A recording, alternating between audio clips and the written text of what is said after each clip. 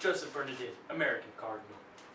On April 2nd, 1928, Bernadin was born in Columbia, South Carolina, which at the time was primarily Baptist. He wanted to become a physician, so he enrolled in the pre-medical program at the University of South Carolina. He turned to St. Mary's Seminary in Baltimore and received his Bachelor of Arts in Philosophy in 1948. Afterwards, he went to the Catholic University of America in Washington, D.C. to complete his theological studies in 1952. Pope John XXIII named Bernadin Papal Chamberlain in 1959, where he earned the title Monsignor Bernadin.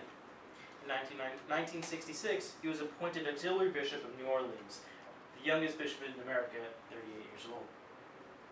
The American Catholic Church was divided over a lot of moral issues at the time. Right, class? You listening?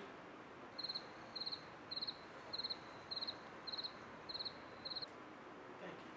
Bernadin took notice at the national level as he became General Secretary of the National Conference of Catholic Bishops in 1968. In 1972, he became Archbishop of Cincinnati, and there he appointed the first woman editor of the Archdiocesan newspaper, the Catholic Telegraph. He was elected as president of the National Conference of Catholic Bishops by his fellow bishops in 1974, and in 1982, he was appointed Archbishop of Chicago. His leadership was clearly displayed by his peers' trust, even in times of turmoil in the Catholic Church. He supported tax increases for public schools, specifically in Cincinnati, economic justice for migrant farm workers, specifically because his parents were immigrants from Italy, and assistance for the homeless. And the world knew he was against the Vietnam War, abortion, and laws favoring euthanasia.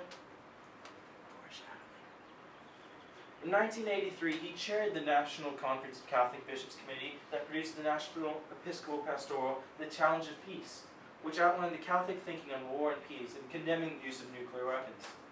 For his leadership on this pastoral, he was given the Albert Einstein Peace Award. In the 1980s, he developed the consistent ethic of life, or seamless garment approach to many of these moral issues. This philosophy holds that issues such as abortion, capital punishment, militarism, euthanasia, social injustice, and economical injustice required a consistent application of morals as taught by the Catholic Church. He supported the dignity and roles of women in church, though not ordaining to priesthood, that is. He also organized a committee of mostly lay people to investigate charges of sexual abuse by priests. He was one of the first bishops in the country to publicly face the scandal and do something about it, though he was falsely accused of it himself. It's Casual Friday! No, that's all we got, folks. Any questions? Yes, Alfred. Professor, how did he die? Alfred. Now that's a great question. That's why you are my second favorite student. Come on, I'll take you outside and I'll tell you about it. During the last few years of his life, Joseph Bernadin had a huge impact on the general public. In 1996, a year after he was diagnosed with pancreatic cancer, he announced to the public that the cancer had returned and was now in his liver and terminal. Instead of letting the terminal disease ruin the last moments of his life, he instead used it to inspire others. He focused his time on visiting the sick and cancer patients and continued to practice his ministry. He emphasized that he was still at peace because the grace of God was consistent with him throughout his life. 2 weeks before his death, he finished The Gift of Peace, a book about his own experiences approaching his death. He was also awarded the Presidential Medal of Freedom by President Bill Clinton.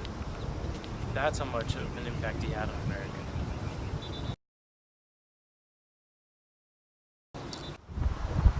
But Professor, why are you wearing that sheet? Can't you see? It's supposed to represent Joseph Bernadin's main philosophy, the seamless garment. You are 16, going on 17, baby, it's time to think. Better beware, be canny and careful, baby, you're on the